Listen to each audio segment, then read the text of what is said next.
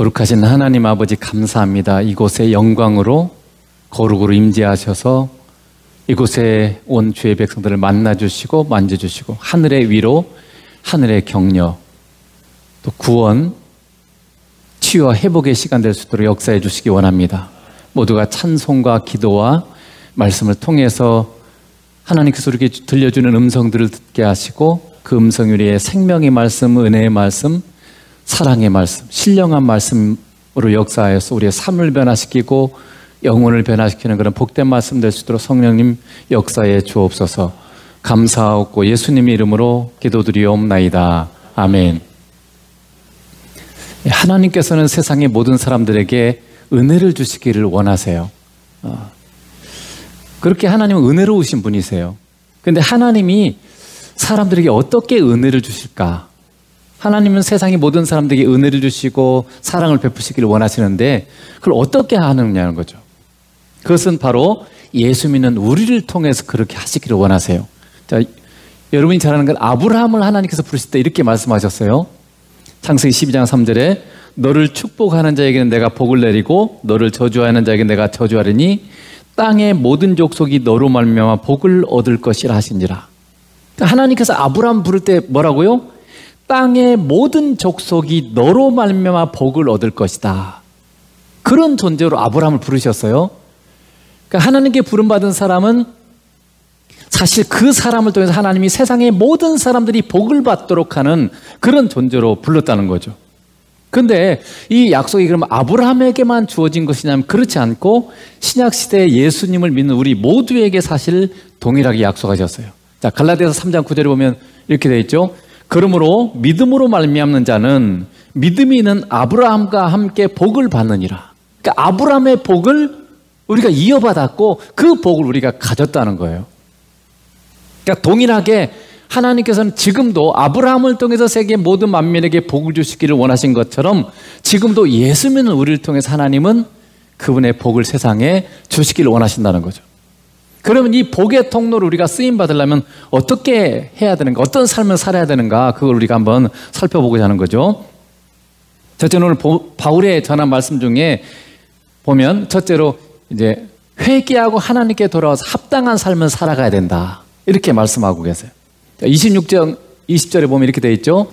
자, 먼저 다메섹과 예루살렘에 있는 사람과 유대의 온 땅과 이방인에게까지 회개하고 하나님께로 돌아와서 회개에 합당한 일을 하라 전함으로. 그러니까 바울이 전한 건 이거라는 거죠. 사람들에게 회개하고 하나님께 돌아오고 그리고 회개에 합당한 삶을 살아라, 이렇게 전했다는 거예요. 그래서 여러분, 예수님을 믿는다고 하는 것은 먼저 회개하고 하나님께 돌아오고 그에 합당한 삶을 사는 거죠. 회개에는 이러한 과정이 있어요. 논리적으로 보면 첫째, 자신의 삶이 잘못되었다는 것을 인정해야 돼요. 인식을 해야 돼요. 인식. 아, 내가 지금 잘못 살아가고 있구나. 내 삶이 지금 잘못된 삶이었구나. 이걸 깨달아야 돼요. 두 번째로 그걸 깨달았으면 하나님께 또는 때로는 사람에게 자신의 잘못을 용서해달라고 빌어야 돼요. 잘못했은 걸 깨달았으면 그걸 잘못된 대상에게 내가 잘못했습니다, 용서해 주세요, 이래야 되잖아요. 세 번째는 뭐냐면 그런 다음에 삶의 방향을 바꿔야 돼요. 잘못된 삶으로부터 제대로 된 삶으로 바뀌어야 되겠죠. 자, 그래서 먼저 이제 자신의 잘못된 삶을 인식해야 되는데 우리는 자신의 삶이 잘못되었다는 것을 인식하지 않으면 우리는 방향을 전환하지 않습니다. 내가 지금 잘못되게 살고 있다는 것을 모르면 그냥 그 길 가는 거예요. 왜 세상 사람들이 그냥 사는 건가? 내 삶이 잘못되었다는 것을 알지 못하기 때문에 그래요. 아, 내가 잘못됐구나. 이걸 알면 사람이 바꾸겠죠? 그러니까 먼저는 내 삶이 잘못됐다는 걸 깨닫는 게 굉장히 중요해요. 그러므로 여러분, 신앙이 성장하려면 반드시 뭐가 있어야 되냐면 우리의 삶의 많은 부분에서 잘못됐다는 것을 알아가야 됩니다. 여러분의 삶이 얼마나 잘못된지 아세요? 그래서 우리 안에 계신 성령님께서 우리에게 모든 걸 가르쳐 주시는데 뭘 가르쳐 주냐면 우리의 삶에 죄악되고 잘못된 부분을 하나하나 알게 해 주십니다. 그래서 그걸 회개하고 변화될 수 있도록 도와주세요. 여러분, 우리 안에서 성령님께서 감동하시죠? 생각으로 말씀하시잖아요. 내가 뭘 잘못하고 있는지. 그걸 인식시켜주는 거죠. 내가 잘못하고 있다는 걸 깨우쳐주는 거죠. 그래서 여러분, 회개도 내 마음대로 되는 거 아니에요. 주님과 만남 속에서 성령님이 우리에게 주님의 은혜 주실 걸 깨우쳐 주셔야만 내가 변화될 수 있어요. 내가 잘못한 걸 깨달을 수 있다는 거죠. 여러분은 예수님을 믿고 나서 얼마나 많은 부분에서 잘못되었는지 깨닫고 회개했습니까? 예수 믿은 다음에 여러분 회개한 부분이 얼마나 되나요? 이게 반드시 있어야 돼요. 그런 회개하는 부분이 많을수록, 그리고 철저할수록 더 좋은 믿음의 사람이 되는 거예요. 사실 여러분 지금 예수님과 똑같습니까? 여러분의 삶이 예수님과 완전히 일치하고 있고 예수님과 온전히 제대로 함께 동행하고 있냐는 거죠. 그렇지 못하잖아요. 예수님을 놓칠 때도 많고, 내 삶에서 예수님처럼 말하고 예수님처럼 행동하고 예수님처럼 느끼고 그러지 못하잖아요. 그러니까 이 모든 부분들은 다 뭐예요? 회개해야 될 부분들이에요. 그러니까 우리가 지금 예수님을 믿어도 얼마나 많은 부분에서 사실 회개해야 되는지 몰라요. 근데 많이들 회개 안 해요. 처음에 몇 개만 회개하고 그 다음에는 회개가 없는 삶 많이 살아요. 그러니까 안 변하는 거죠. 내 삶이 잘못된 줄을 모르니까. 그러므로 여러분, 우리가 많이 기도해야 될 것 중에 하나가, 하나님께 그렇게 기도해요. 내 삶의 죄악된 부분, 잘못된 부분, 반드시 회개하고 고쳐야 될 부분이 뭔지 주님 말씀해 주세요. 여러분 그렇게 기도하시나요? 내가 잘못된 줄 모르면 안 고친다니까요. 잘못된 줄 자체를 모르니까 그냥 살던 대로 살고 습관대로 살고 그냥 그렇게 사는 거예요. 그러니까 안 변하는 거죠. 그래서 여러분이 하나님 앞에 진지하게 기도해야 돼요. 내 삶에 하나님을 기쁘시게 하지 못하는, 신앙적이지 못한, 거룩하지 못한 그런 부분이 있다면 주님 가르쳐 주세요. 그리고 회개하고 돌이킬 수 있는 그런 은혜를 내게 주세요라고 기도해야 되는 거죠. 두 번째로 여러분이 성령님께서 우리에게 이 잘못된 부분을 알려줬을 때 필요한 게 뭐예요? 하나님께 용서를 비는 거예요. 내가 이렇게 잘못 살았습니다. 내가 하나님 이렇게 슬프게 만들었습니다. 여러분, 내가 잘못 살고 있다는 것은 하나님을 슬프게 하는 행동이에요. 생각해 보세요. 여러분의 자녀가 학생인데 공부를 안 하고 매일같이 오락실에 가서 게임만 하고 있다. 잘못된 행동이죠? 그런데 그 아이가 그걸 잘못된 줄 몰라. 매일같이 게임만 하는 거예요. 그러면 부모는 슬프죠. 힘들죠. 그것 때문에. 동일하게 하나님 우리 아버지시잖아요. 내가 잘못된 삶을 살 때, 하나님을 기쁘시게 하는 그런 거룩하지 못한 삶을 살 때 하나님이 슬퍼하십니다. 그걸 여러분이 감각하지 못할 뿐이에요. 그래서 이게 잘못된 부분을 알겠을 때 필요한 것은 하나님께 용서를 비는 거예요. 제가 이렇게 지금까지 잘못 살아서 하나님을 계속 슬프게 했군요. 하나님의 마음을 굉장히 아프게 했군요. 이걸 지금 하나님 앞에 이제 용서를 비는 거죠. 또 어떤 경우는 하나님께서 내가 어떤 사람에게 잘못한 것을 생각나게 할 수 있어요. 아, 내가 그때 그 사람한테 확 말을 뱉어버린 것이 그 사람의 마음에 큰 상처를 주었구나. 이런 것을 성령께서 내게 깨우쳐 줄 수 있어요. 그럼 어떻게 해요? 그 사람에게 가서 용서를 빌어야 돼요. 아, 나도 저 사람도 잘못했는데 그렇게 하면 안 됩니다. 성령께서 여러분을 깨우쳐줄 때 그 사람이 잘못한 것은 그 사람이 회개해야 될 부분이고, 내가 잘못한 부분만 나는 가서 용서를 빌면 돼요. 그래서 심지어 예수님께서 여러분 사람에게 잘못한 지은 죄가 생각나거든 뭐라고? 예배를 드리기 전에 먼저 가서 사과하고 오라. 이렇게 예수님께서 말씀하셨어요. 자, 마태복음 5장 23절에 그렇게 되어 있죠. 그러므로 예물을 제단에 드리려다가, 그러니까 하나님 앞에 지금 예배를 드리려다가 거기서 내 형제에게 원망 들을 만한 일이 생각나거든. 누가 생각나게 한 거예요? 성령님께서. 성령님께서 내가 잘못한 것을 생각나게 해주시는 거죠. 그냥 내가 생각한 게 아니에요. 갑자기 그게 생각나는 거예요. 그럼 어떻게 해요? 예물을 제단 앞에 두고 먼저 가서 형제와 화목하게 좋은 관계를 맺으려면 어떻게 해요? 용서를 빌어야죠. 내가 잘못한 것을. 그 후에 와서 예물을 드리라. 이렇게 예수님이 말씀하셨어요. 그러니까 여러분, 우리가 예수님과 잘 동행하면 우리는 성령님께 굉장히 민감해져요. 그래서 작은 부분까지 성령님께서 우리의 잘못된 부분들을 깨우쳐 주십니다. 그래서 우리의 잘못들을 성령님께서 깨닫게 해주는 거죠. 그러면 우리는 그 잘못한 것을 하나님께 용서를 빌고, 그리고 사람한테 잘못한 게 있으면 사람한테 용서를 빌어야 돼요. 근데 여러분, 우리는 이게 잘 깨달아지지 않는, 영적으로 민감하지 못한 무뎌진 삶을 살 때가 많아요. 많은 잘못을 하고 있음에도 불구하고 영적으로 무뎌져 있기 때문에 감각하지 못해요. 그래서 영적으로 우리가 깨끗하고 정결하고 겸손해야 돼요. 계속 주님을 만나고 그래야 영적으로 민감하게 반응할 수 있는 거죠. 근데 이 죄를 성령님께서 깨우쳐 주실 때 우리는 하나님께 용서를 비는 것은 사실 어렵지 않을 수도 있어요. 워낙 지극히 높으신 분이고 우리가 믿는 분이고. 그런데 여러분, 사람한테 용서 비는 것은 쉽지 않아요. 그렇지 않던가요? 저 사람도 나한테 잘못하고 나보다 못하게 보이는 사람한테 내가 잘못한 것을 용서해 주세요, 이렇게 말하는 건 굉장히 어려운 일일 수 있습니다. 왜 그래요? 우리의 자존심 때문에 그래요. 자존심.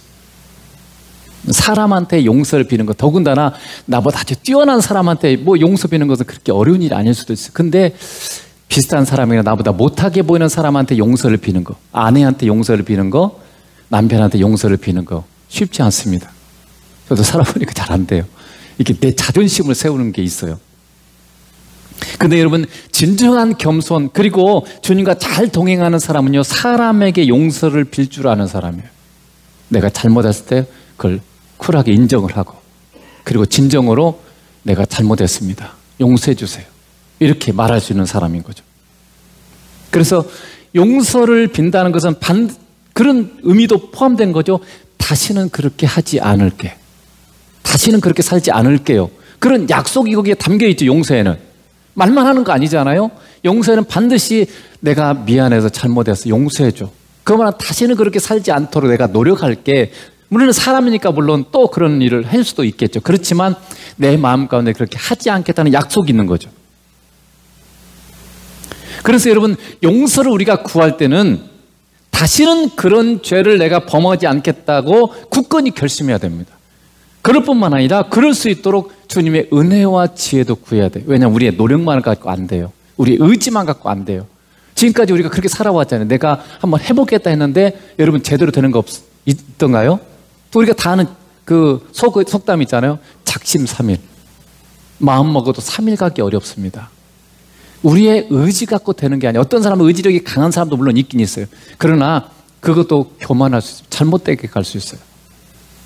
그래서 우리는 항상 주님의 은혜가 필요합니다. 그래서 용서를 빌고 정말 그렇게 회개에 합당한 삶을 살 수 있는 은혜를 주님 주세요, 이렇게 여러분이 기도해야만 우리가 이렇게 제대로 살 수 있는 거죠. 그리고 마지막으로 회개의 가장 중요한 것은 뭐냐면 삶의 방향을 돌이키는 거예요. 삶의 방향을 돌이킨다는 것은 하나님께로 향하지 않던 우리의 마음과 삶의 방향을 하나님께로, 그리고 예수님께로 돌이키는 것입니다. 여러분, 죄가 뭔지 아세요?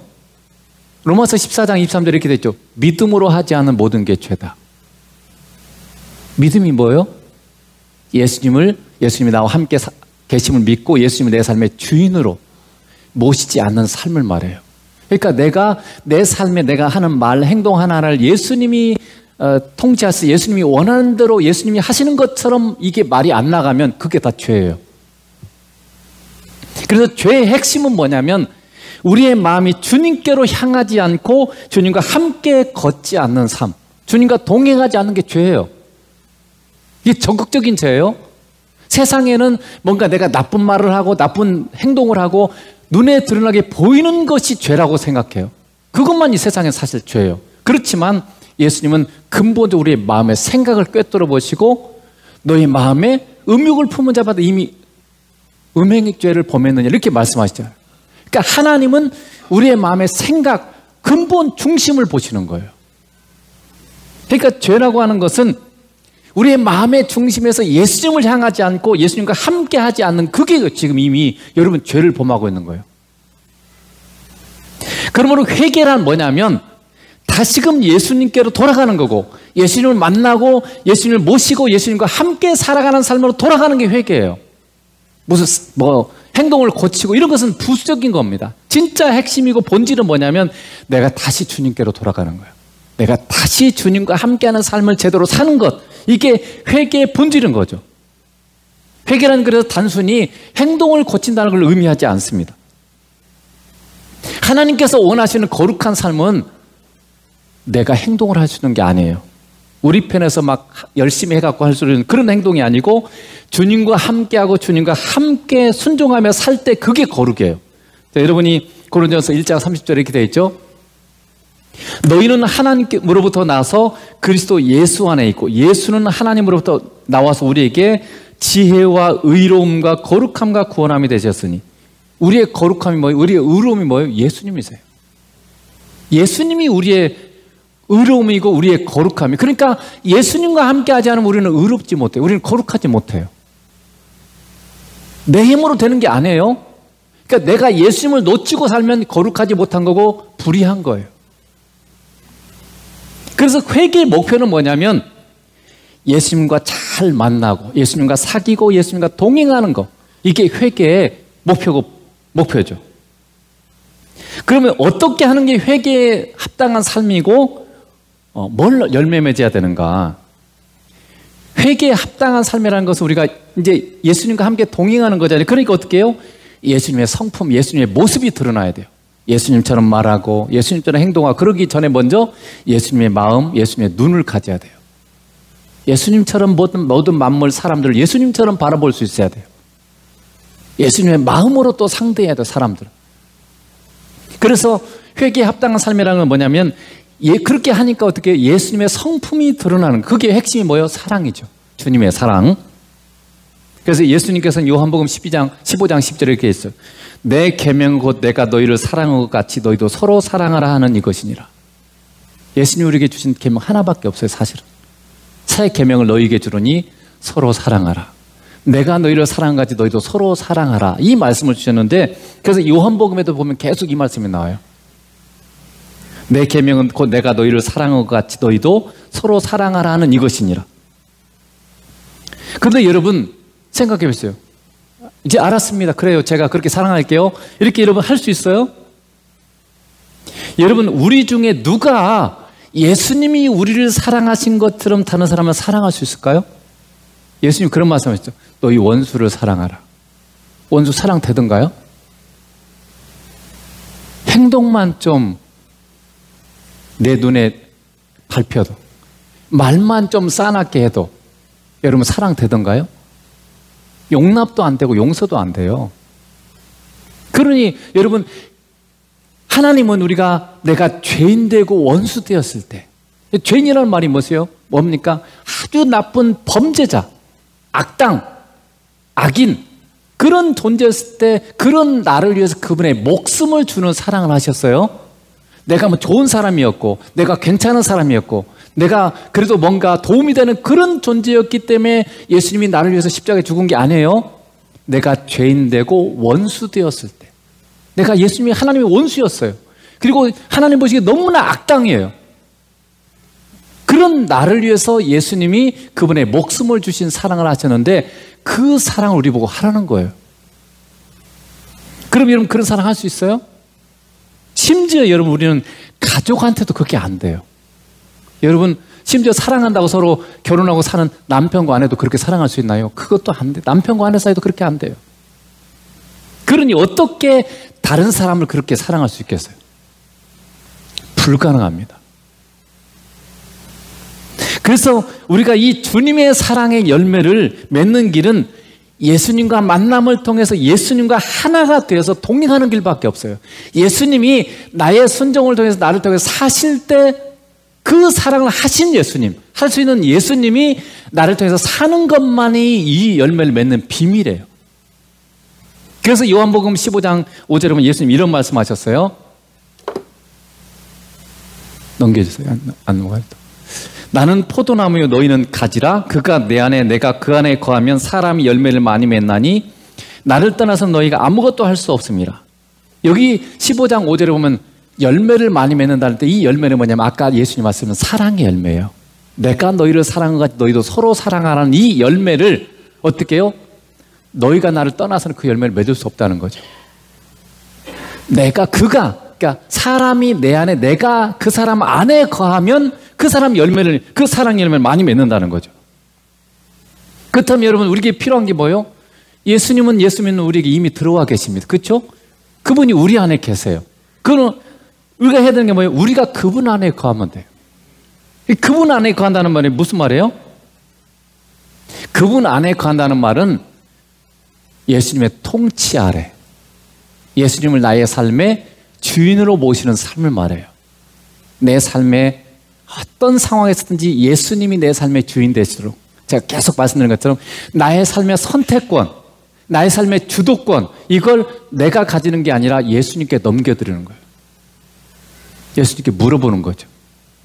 예수님이 기뻐하는 대로, 내가 원하는 대로가 아니라 예수님이 원하는 것을 선택하는 거죠. 그 길을 성령께서 가르쳐 주시기 때문에 그렇게 하는 게 뭐냐면 내가 예수님 안에 사는 삶이죠. 그러니까 우리의 삶의 모든 부분에서 그동안은 내가 하고 싶으면 했어요. 말도 그냥 하고 싶으면 막 내 생각대로 그냥 뱉고 이렇게 왔어요. 근데 어떻게 해요? 이제는 예수님 안에 산다는 건 뭐냐면 내 삶의 모든 부분에서 주님이란 말이 주인이란 뜻이에요. 주인이시기 때문에 그분에게 물어보는 거죠. 그리고 그분을 사랑하고 그분을 기쁘시게 하는 삶을 사는 거예요. 그래서 예수님처럼 말하고 예수님처럼 행동하고. 그래서 여러분에게 이 주님의 사랑의 열매가 풍성히 맺히고 있습니까? 여러분의 삶에. 내가 진짜 좋은 신앙인인가, 내가 정말 종교인이 아니고 신앙인지를 여러분 점검해야 돼요. 항상 신앙은요, 다른 사람을 체크하는 게 아니고 나를 체크하는 거예요. 나를. 내가 정말 예수님 잘 믿고 있는 건가, 내가 정말 신앙인으로 제대로 살고 있는가를 점검해야 되는데, 그 점검을 할 때 여러분 뭘 점검해야 되냐면 내가 얼마나 열심히 기도하고 있는가, 내가 얼마나 열심히 성경 읽고, 내가 얼마나 열심히 예배드리고, 내가 얼마나 열심히 봉사하는가, 그걸 보면 안 돼요. 그것이 너무 중요하고 필요한 거죠. 그렇지만 그것은요, 바리새인들처럼 외식으로 또는 습관적으로 얼마든지 할 수도 있어요. 변화되지 않고 예수님을 내 삶의 주인으로 모시지 않고도 성경 100번 읽을 수도 있어요. 그리고 기도도 많이 할 수 있어요. 내가 원하는 것만 말씀드리고 내가 원하는 것에 초점 맞추면서 계속 기도하면서 주님 안 만나고 주님이 원하는 삶을 살지 않을 수도 있어요. 예배는 드리지만 이 자리에 왔지만 여러분 중에 예수님을 못 만나고 가는 사람도 있어요. 그건 예배가 아니에요. 그래서 우리는 뭘 점검해야 되냐면 그런 모든 삶의 행동 속에서 주님에 대한 내 마음 안에 진정한 주님에 대한 사랑이 있고 진정으로 주님을 만나고 있는지, 그리고 주님을 내 삶의 주인으로 인정하고 삶으로 말미암아 그 주님의 마음이 내 마음 안에 담겨져 있고 그것이 삶으로 드러나고 있는가 하는 거죠. 그래서 우리의 삶의 모든 동기, 내가 어떤 말을 하든 행동을 하든 이 삶의 동기가 뭐냐면 주님에 대한 사랑이에요. 주님의 사랑이고. 그래서 바울이 고린도서에 보면 이렇게 돼요. 주의 사랑이 나를 강권하시는도다. 주님의 사랑이 나를 이끌어간다는 뜻이에요. 사랑이신 주님이 내 삶을 이끌어간다, 이렇게 말씀하고 있는 거죠. 그래서 그 주님의 사랑이 동기가 되고 목표는 주님이 더 드러나는 거예요. 내가 괜찮은 사람이고, 내가 뭐 충성스러운 사람이고, 내가 약속 잘 지키는 사람이고, 내가 선한 사람이고, 이게 목표가 아니고 나는 그런 존재가 아니에요. 나는 죄인이고 이 세상에 의인은 없는 하나도 없어요. 우리는 그런 존재도, 믿을 수 있는 존재도 못 돼요. 진짜 중요한 것은 뭐냐면 신실하신 주님, 좋으신 주님, 주님이 드러나는 게 목표인 거죠. 그래서 우리의 모든 신앙은요, 주님을 사랑하기 때문에 주님이 사랑하는 교회, 주님이 사랑하는 성도들을 섬기고 봉사하고 싶어 하는 거죠. 주님이 예배를 통해서 우리의 만남을 기뻐하시니까 기꺼이 예배에 참석하는 거예요. 주님이 말씀과 기도로 우리를 만나고 싶어 하시기 때문에 우리가 말씀을 읽고 기도하는 거죠. 그래서 말씀을 통해서 주님을 만나고 기도를 통해서 주님을 만나는 게 목적인 거죠. 그게 본질이고 핵심이에요. 그걸 통해서 내가 원하는 걸 얻어내고, 이건 부수적인 거예요. 진짜 중요한 것은 기도와 말씀은 예수님을 만나는 거예요.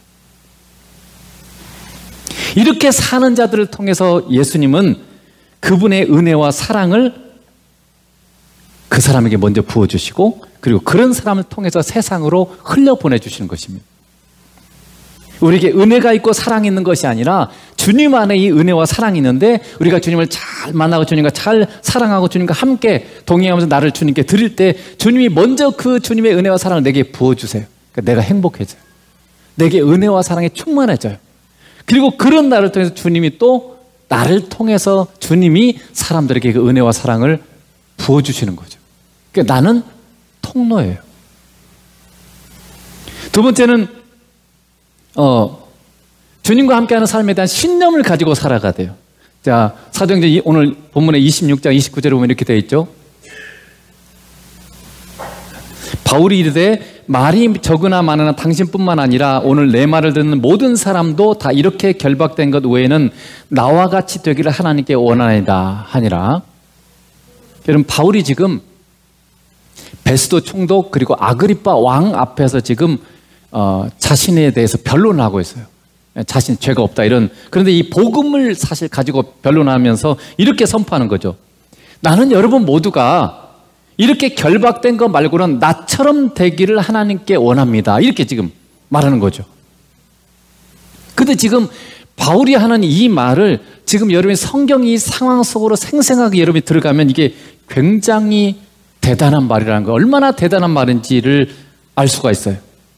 여러분 이렇게 생각해 보세요. 여러분이 정말 뛰어난 박사학위를 가진 대학 총장 앞에 가가지고 또 실력 좋은 대학병원의 병원장 앞에서 최고의 권력을 가진 대통령 앞에서 그리고 내가 평생 노력해도 만질 수 없는 엄청난 돈을 가진 대기업의 회장 앞에 가서 당신이 나처럼 되기 원합니다. 이렇게 말할 수 있어요?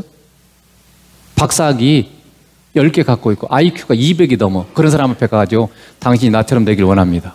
이렇게 여러분 말할 수 있어요? 여러분, 왜 우리는 나보다 훨씬 똑똑하고 능력 있는 사람들 앞에서 기가 죽을까요? 기죽죠. 당당하지 않잖아요. 근데 바울은 지금 당당하지 않아요. 왕 앞에서, 총독 앞에서 죄수의 몸인데 당당하죠. 당신이 나처럼 되기를 원합니다. 지금 이렇게 얘기하고 있어요. 왜 우리가 기가 죽냐면 우리의 깊은 내면에는 이런 생각이 있는 거죠. 나의 존재 가치가 저 사람들보다 못하다는 생각이 딱 깔려 있어요. 저 사람들이 나보다 더 가치 있는 삶을 살고 나보다 더 잘 살고 있어 라는 생각인 거죠. 그래서 저 사람들이 나보다 훨씬 나은 인생을 살고 있다는 생각을 갖고 있기 때문에 그 말을 못하고 자꾸 위축되는 거죠. 그래서 우리말에도 부자를 뭐라 그래요? 잘 산다 그러죠. 근데 사실은 그 말은 맞는 말이 아닙니다. 돈이 많다고 해서 잘 사는 게 아니에요. 잘 산다는 말이 뭔 말인지 아세요? 인생을 제대로 사는 거를 잘 산다 그래요. 인생을 가치 있게 사는 것을 잘 산다 그래요. 근데 우리는 이상하게도 돈 많으면 잘 산다 그래요. 여러분, 돈이 그리고 세상에서의 배움이 사람을 더 가치 있게 살게 만드는 게 아니에요. 바울은 예수 그리스도를 만나고 나서 예수님과 함께하는 것이 가장 가치 있고 인생에 가장 복이 있다는 확신, 큰 신념을 가진 사람, 신념. 신념은 바꿀 수 없는 거예요. 신념을 가지면 어떤 상황에서 당당할 수 있는 게 신념이에요, 신념. 영어로 컨빅션이죠. 바울이 그래서 빌립보서 3장 8절에 이렇게 말씀하고 계세요. 또한 모든 것을 해로 여김은 내 주 그리스도 예수를 아는 짓이 가장 고상하기 때문이나 내가 그를 위하여 모든 것을 잃어버리고 배설물로 여기면 그리스도를 얻고. 여기 이 말씀은요, 예수 그리스도를 아는 것이 가장 위대하다 이렇게 말하고 있어요. 그 NIV 영경에서 보면 뭐라고 됐어요? surpassing greatness. 그러니까 모든 걸 그냥 초월하는 한참 뛰어난 위대함이란 뜻이죠. 그러니까 예수님을 아는 것이 가장 위대하다는 거예요. 그 확신을 바울이 갖고 있어요. 그런데 여기서 안다는 것은 단순히 머리로 아는 것이 아니라 삶으로 아는 걸 말해요. 예수님과 함께 동행하면서 삶에서 예수님에 대해서 알아가는 거. 성경 말씀을 통해서 배워야 돼요. 일단 배우지만 그 배운 성경의 말씀이 그 하나님이 그대로 삶에서 나와 함께 역사하는 걸 내가 경험해서 아는 걸 말해요. 여러분, 하나님이 전지전능한 분 알잖아요. 여러분 사랑한다는 거 알죠? 머리로? 그리고 여러분과 항상 함께 한다는 걸 알잖아요. 그런데도 여러분 어려운 일을 만나면 걱정하잖아요. 왜요? 머리로만 알기 때문에. 그래서 지금 예수님을 알아가는 게 가장 위대하다는 건 뭐냐면 생생하게 삶으로 알아가는 거죠. 성경에서 말씀하는 이 하나님이 진짜로 말씀하신 그대로 내 삶에 실제로 세밀하게 생생하게 역사하는 그런 분이라는 걸 여러분의 삶에서 경험으로 알아야 돼요. 이것보다 더 위대한 건 없다는 거죠. 그래서 바울은 예수님과 함께하면서 예수님을 알아가는 것이 가장 위대하다는 분명한 확신을 가졌기 때문에 예수님을 만나고 예수님을 알아가는 것 말고는 다른 모든 것을 뭐라고요? 쓰레기로 여겼다. 배설물로 여겼다고 했죠. 쓰레기처럼 여겼어요. 그러니까 예수님을 알아가는 게 가장 위대하기 때문에 예수님을 알아가는 것에 비하면 여러분이 세상에서 중요하고 여러분이 세상에서 괜찮다고 생각하는 모든 것은요, 쓰레기예요. 그냥 예수님을 모를 때는 그게 값어치고 괜찮아 보일지 몰라요. 그러나 여러분이 예수님을 진짜 알아가고 만나기 시작하면요, 여러분이 세상에서 그렇게 갖고 싶고 알고 싶고 했던 모든 것은요, 쓰레기예요. 1억짜리하고 5만 원짜리하고 1억짜리가 없을 때 5만 원짜리가 꽤 값어치 있죠? 근데 여러분 1억짜리하고 딱 비교해 놓으면 5만 원짜리는요, 쓰레기입니다. 값어치가 없어요. 다 1억짜리 원하지 5만 원짜리 추구하지 않습니다. 그래서 오직 바울은 예수님을 더 깊이 만나고 예수님과 더 가까이 하고 이것이 그의 인생의 모든 것인 사람이었어요. 그래서 왜 그렇게 모든 것을 다 쓰레기처럼 여기고 버려버렸냐면 그리스도를 얻고 예수님을 더 많이 내 삶에서 그분을 얻고 그분과 함께하는 삶을 얻기 위해서, 누리기 위해서, 그 삶을 내가 갖기 위해서 다른 모든 것을 버렸어요. 내가 그토록 좋아하던 것들 다 버린 거예요. 내가 그토록 좋아하던 게임, 취미생활 이런 것도 때로는 버려버리는 거죠. 예수님을 더 깊이 만나기 위해서, 더 그분과 함께하는 삶을 살기 위해서 내가 그토록 소중하게 여겼던 것마저도 버리는 거죠. 이게 지금 바울의 삶인 거죠. 그 신념이 있었다는 거죠. 그러한 분명한 신념이 있었기 때문에 바울이 누구 앞에서도, 서로 왕 앞에서라도, 총독 앞에서라도 당신들 모두가 예수님과 함께하며 충만한 은혜와 그분의 충만한 은혜와 사랑을 누리는 나처럼 됐으면 좋겠습니다. 이 말을 지금 할 수 있는 거죠. 여러분에게도 예수님과 함께하는 것이 세상에 그 어떤 것을 얻는 것보다 더 위대하고 가치 있는 것이라는 확신이 있습니까? 내가 가진 모든 것을 다 잃을지라도 나는 예수님과 함께하는 것을 선택하겠습니다. 그렇게 여러분 말할 수 있나요? 그렇다면 이렇게 가만 안 있겠죠. 굉장히 많이 변했겠죠. 예수님께서 그래서 마태복음 13장에 뭐 이런 비유를 드셨어요.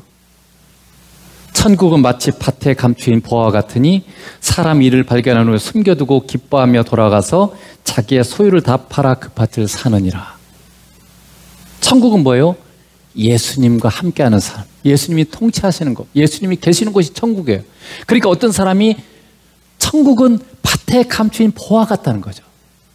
너무 값진, 예수님과 함께하는 사는 것이 너무나 값지다는 걸 안 거예요. 그러니까 어떻게 했어요?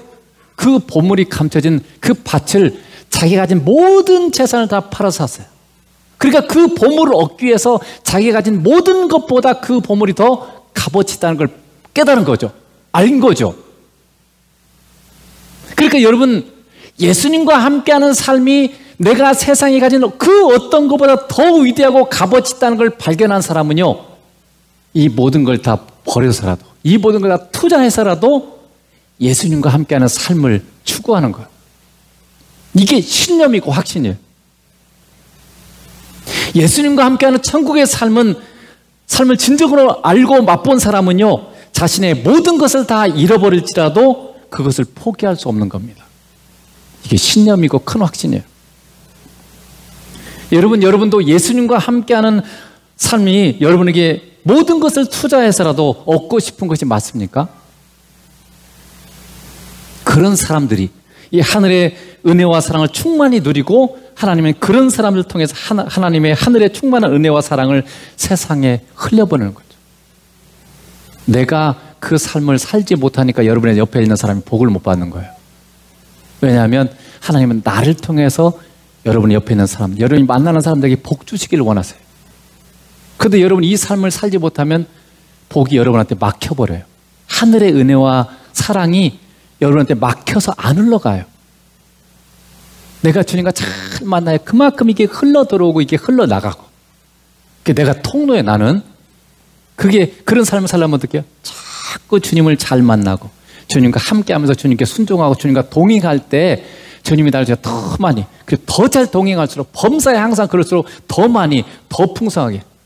그래서 여러분 아마존 강처럼 대륙을 적시고 대륙을 먹여 살리는, 처음에는 우리가 미약하기 때문에 내 주변의 가족만 살리는 수준에서 지역을, 사람들을 살리고 더 주님과 충만해지면 민족을 살리고 열방까지 살리는 그런 놀라운 여러분 복의 통로가 될 수 있다는 것을 믿습니다.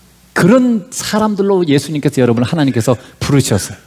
이 위대한 삶, 이 복된 삶, 세상의 그 무엇과 비교할 수 없는 놀라운 삶 여러분이 정말 누리시고 그런 삶을 사명으로 갖고 붙잡고 사시기를 주님으로 축복합니다. 기도하겠습니다.